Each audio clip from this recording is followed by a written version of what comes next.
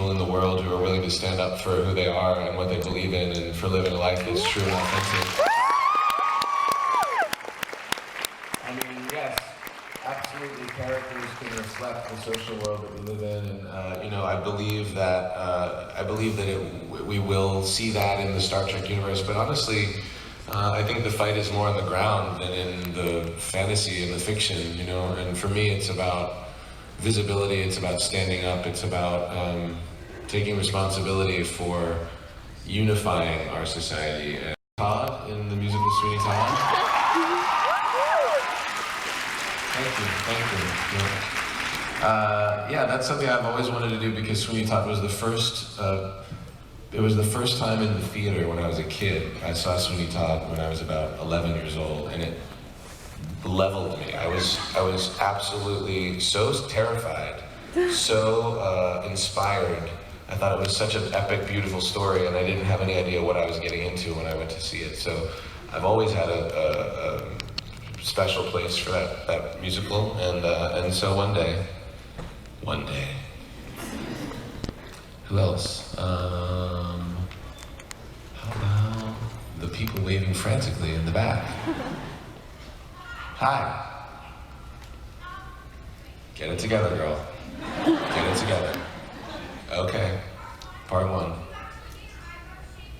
Uh-huh.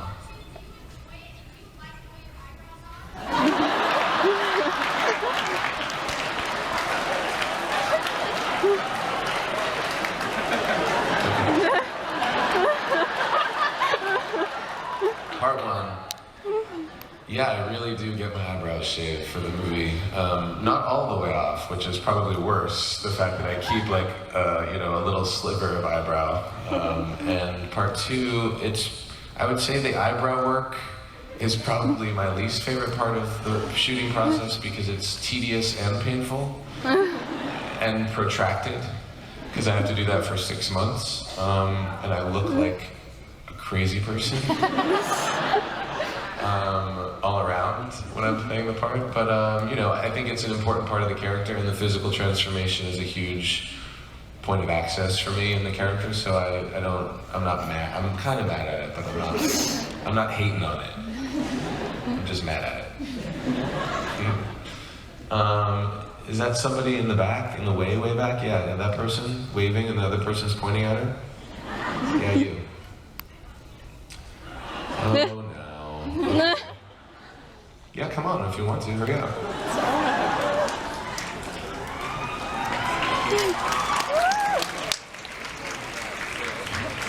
Is that it? Is that your question? Yes. Awesome. She spent her question on a hug, folks. All right. Oh, that hurt. Oh yeah, there's a lot of new hands. How about this guy here in the middle? That person there, yeah. Yeah? Alright. After a variety of roles, do you prefer playing the hero, villain, or something a little in between? Okay. I don't really think of the characters I play in terms of a moral compass or a moral spectrum.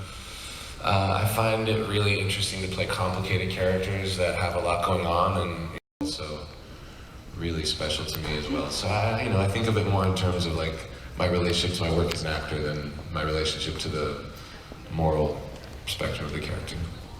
That person waving both of their hands, yes, that person there.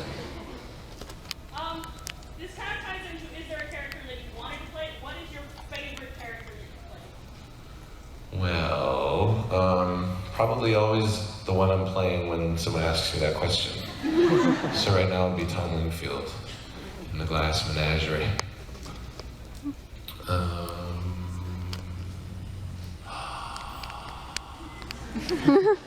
don't know where to go. There's somebody way in the back over there waving both of their arms. I like the people that are really far away that have to work harder to get my attention. Gotta get louder than that. Uh-huh. Well, I've only worked with things, but also I've worked with amazing people. You know, from the time that things changed for me with Heroes all the way through to now, I feel like I've been so fortunate And it comes back to like getting back what you put out, you know? It's like, I feel like I want to be a good person. I want to work with people that are good people. So, you know, I look up to, I'm inspired by all of my friends and peers and collaborators. You know, on Star Trek, my castmates and JJ and, you know, the people that I'm working with right now on this play, my director, John Tiffany, my castmates, Cherry Jones and Celia Keenan-Bolger and Brian J. Smith, who are, you know, we've gone through this tremendous experience together, doing the play at Boston and now doing it again on Broadway. And I just find like I want to, whatever situation I'm in, I try to find a source of inspiration. There's many people that I haven't worked with that I'd love to work with. I can't even think of them now, there's so many of them. But you know, one day at a time, I guess. Yeah, okay.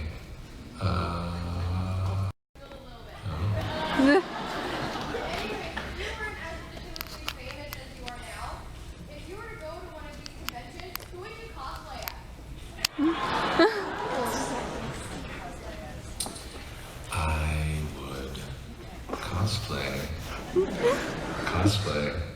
What the F is that? Now that's when you dress up like other people, right? Yeah. Oh, is that Wonder Woman over there?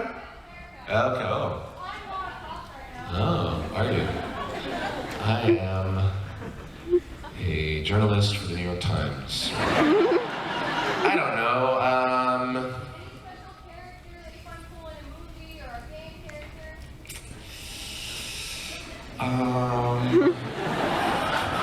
no, but I love you for being Lara Croft right now. Lara Croft?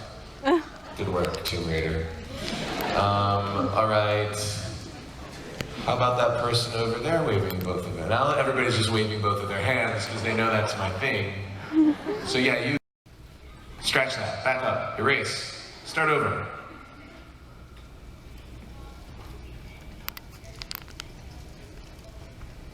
Any other character from any other movie or TV show.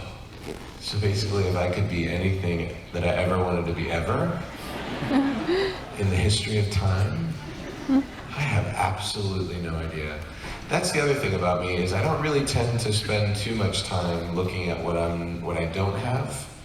I tend to spend more time being grateful for what I do have. So I just feel like my journey is so specific to me that I couldn't imagine any other journey, honestly. I mean, if I was any other character at any other point in time, then I wouldn't be standing here talking to you, and that would be horrible. Sure.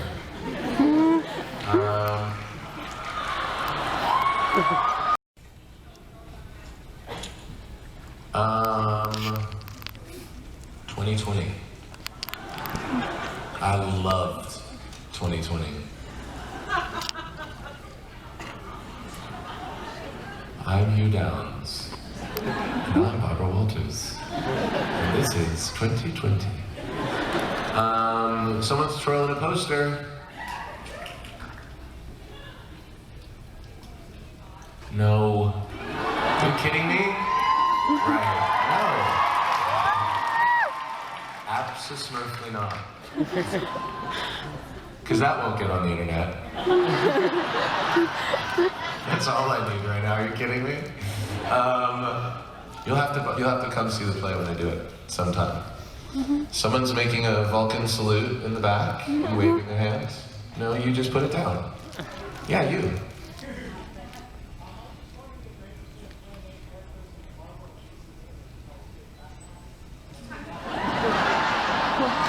I think that role's been recently taken.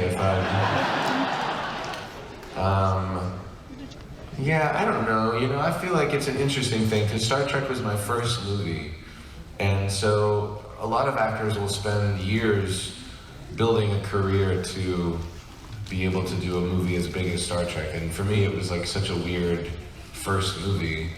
I feel like I'm kind of interested in a little bit of reverse engineering right now, which is like smaller movies that are not in space or where I don't have any superpowers. Yeah, you know, I don't know. I feel like those kinds of experiences tend to find their way into the lives that they're supposed to find their way into, I think, in a large sense. So if it's meant to be, I feel like it'll be, but I don't have my eyes on anything specific right now. No, thank you. How about this young lady right here on the, yeah, you.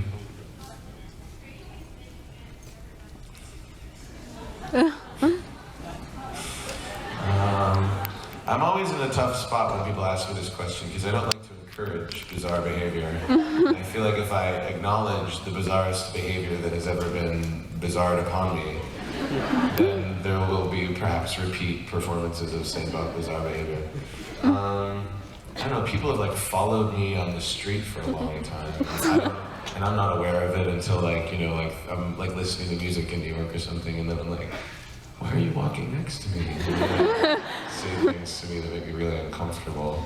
But I will say this, I will say that my fan base, this entire room included, has generally been really, really respectful of me and my desire to maintain some level of normalcy in my life, and I hope that continues. I haven't had any experience with any fan that has made me, you know, like not appreciate fans, so that's nice. People are eccentric and people are, yeah, give yourselves a hand.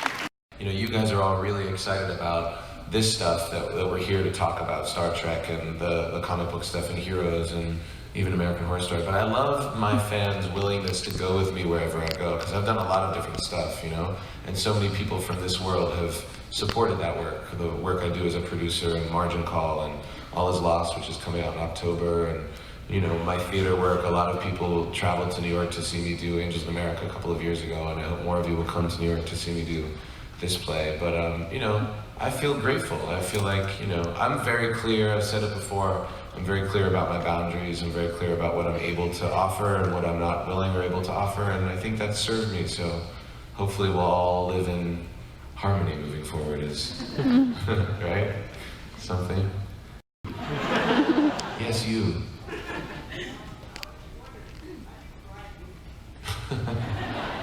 You get sad, buddy.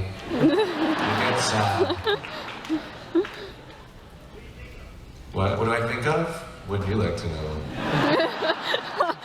I don't know. I mean, it's every day is a different.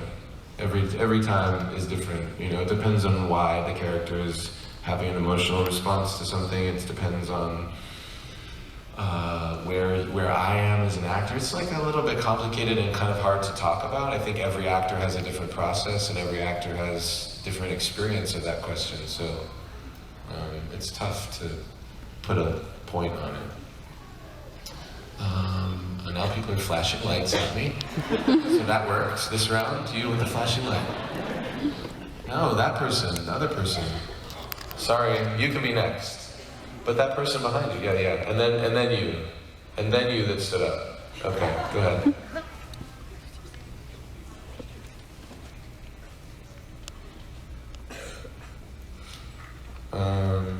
Thank you. Preemptive applause, I'll take it. I think, well, I mean, Sarah Paulson is, let's get a round of applause for Sarah Paulson.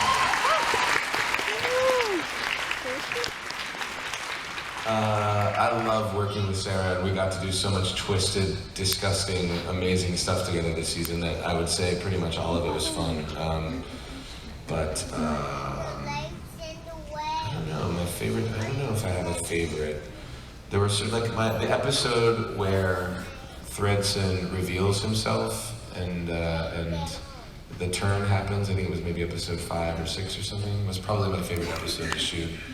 I loved building the character in a way that people had no idea what was going to happen, and then sort of unraveling it, you know. So that was my favorite one, yeah. Someone's holding up a painting. Yeah, oh yeah, sorry, no, this person was supposed to be next, and then I'll come over there. Sorry, go ahead, yeah, you. No, oh, now I'm really in a cluster over here. The woman that stood up, you.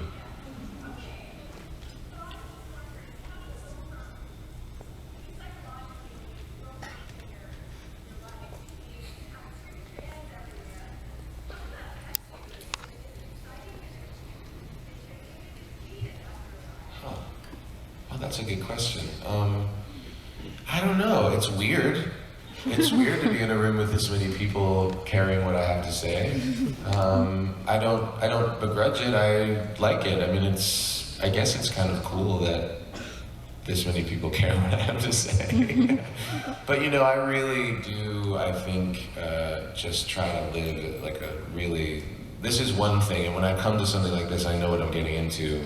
But when I leave, it's like, you know, I try to, you know, I live as normal a life as I can. And I don't, there's no, for me, the line between my public self and my private self is very clear.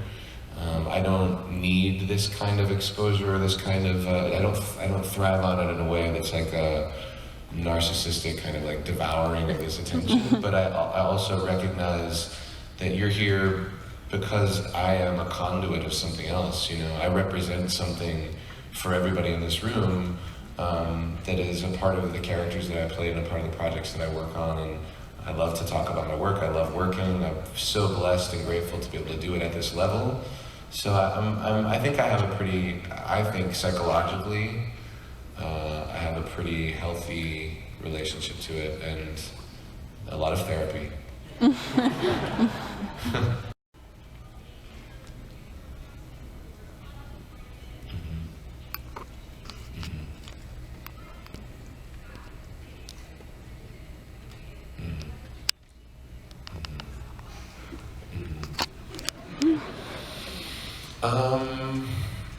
I would say pretty much nothing is how I envisioned it past. Like, when I got out of school and I moved to Los Angeles, I had very specific goals that I set for myself, which were to get jobs, right? Like, when I got Heroes, I said to my agents, I got Heroes in September, right? When television generally comes back on the air, like new seasons of shows. And I said to my agents that August, here's what I want. I want to play a very interesting character in a recurring capacity on a new show that is a huge hit. That's literally what I said to my agents. And then that happened. And I don't think it happened because I said it. I think it happened because they listened and they put me out for things that I was right for, and that happened to be the job that I got. From that point on, like, I didn't, that was it for me. Like, oh, okay, like I did what I needed to do, what I wanted to do, and then it was about setting a new goal. But then Star Trek happened, and then it sort of ran away from me, and my experience became something else. So all of this stuff, I never would have imagined what it would be like. I would have never dared to imagine what this would be like. So I've just had to roll with a lot of the stuff that came after Heroes and Star Trek in terms of, you know, the exposure and the fame element of it. But I've tried to do it with as much, you know, just ease as possible. And I think as long as you stay open to what's possible, then anything is possible, and you can sort of fill up any experience that presents itself. So I would say that, you know, but the thrill of getting to do this kind of work, getting to work consistently, that is something that, the feeling that it gives me is something that I always dreamed of and always hoped for, and I'm so grateful that I actually get to feel it every day. Yeah, thanks. I've been neglecting this side of the room now. Green top, pointing at self. Hi, I love you and your eyebrows, first of all. Is that kind of a superhero costume, or is that just a top? It's just a top. Oh, it's just a top. From here you look like a superhero, so well. So earlier you were saying that it was your belief that people should be able to live and love the way they want to, and that's something you strive to live toward. And I was wondering what your opinion on anti-gay laws in Russia are right now, and like queer oppression there, and what you would recommend to young queers or just queers around the world, like how should they fight the oppression that's happening over there while they're here? Really? It's absolutely abominable what's happening there. It's archaic, it's despicable, it's horrifying. It makes me grateful every day that we live in a country that, while still struggling with the limitations of thought, has made incredible progress, certainly in the past year alone, with regards to equality. I think it's everybody's responsibility, gay and straight, to stand up for human rights. And people in America, gay or straight, have a responsibility and an opportunity to voice their opposition to this kind of unfathomable oppression that I've been to Russia. I mean, had I known the depths and the degree, you know, I mean, I was in Russia not that long ago, actually, which is horrifying to me, you know? Yeah, so I don't know, I mean, I think it's a very, the rest of the world needs to serve as a beacon for that place, which is in its nature, I think, such a monolithic, concrete kind of place, you know, I don't know how else to say it. Having been there, I just feel like it's really like, you can feel the hardness of the thinking there. And I think that it's the responsibility of the rest of the world that is in so many ways. Look at so many other places on the planet right now.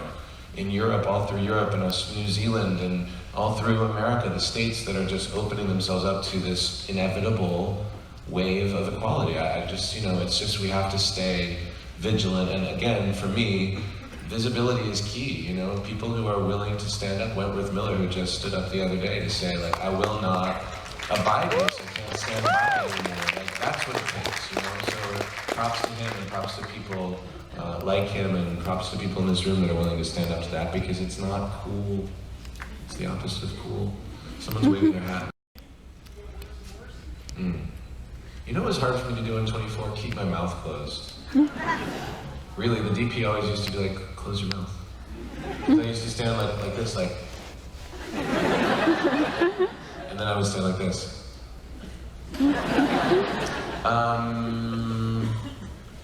24 was a real learning curve for me. That was the first time I was ever on a show for a whole season, and it was challenging in that regard. Also because it was a pretty peripheral character, so I don't really feel like, you know, his arc was very important to the season. What'd you say? I know, I always say I went home from work and never came back again. But yeah, you know, it was a good beginning to my understanding what it means to be on a show and have to sort of create a character week after week, yeah. You have a sword in your hand.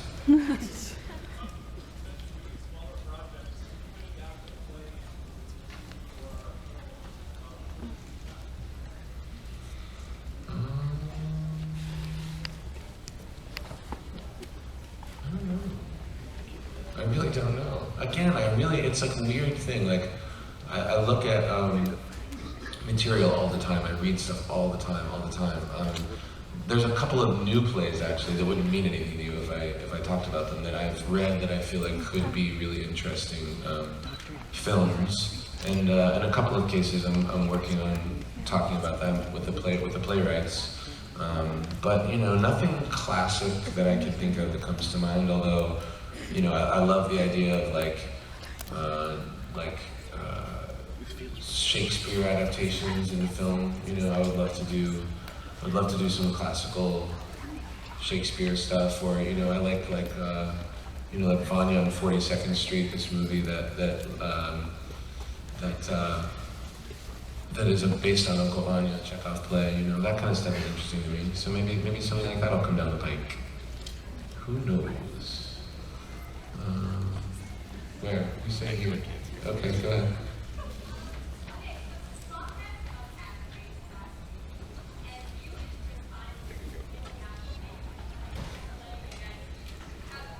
As opposed to cosplay.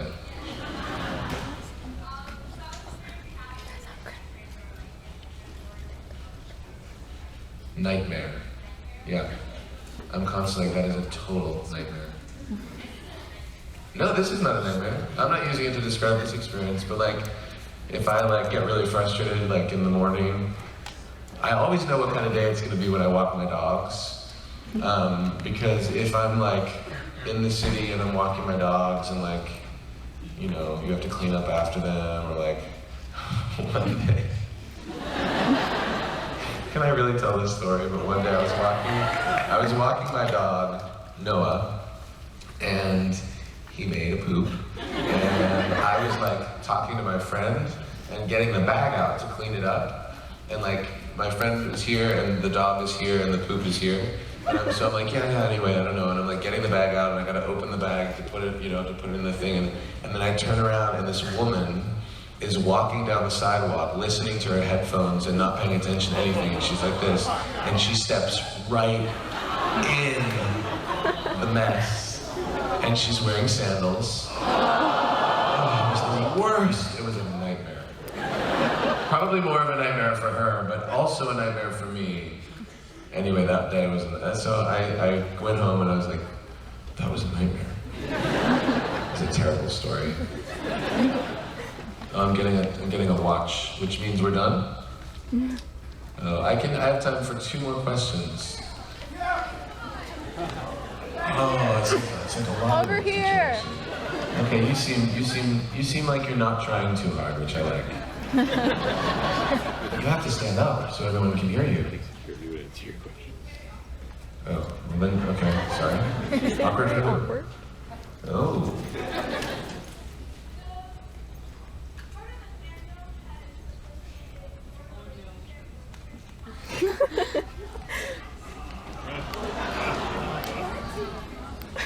What's my feeling on what?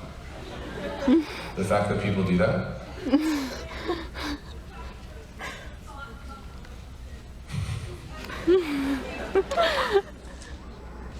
Yeah, this is really awkward, but I think it's a little more awkward for you than it is for me. I hate to tell you. What are you asking me?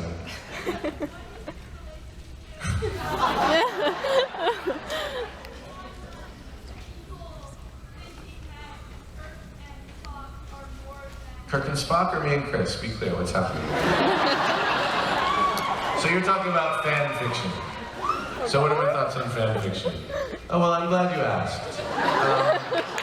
Because when I was in Ireland, I was giving an interview and somebody asked me about it, and I said something that some people misinterpreted as disrespectful. And so I would like to say here for the record that I mean no disrespect to people who either write or read fan fiction. I have absolutely no interest in it. It doesn't interest me. I understand how it interests other people. I respect their desire to be interested in it. I think both Kirk and Spock, and definitely me and Chris, are only good friends. Any suggestion otherwise has more to say about the person making that suggestion than it does about either the characters or the actors. One more question. I don't know. Okay, you right here.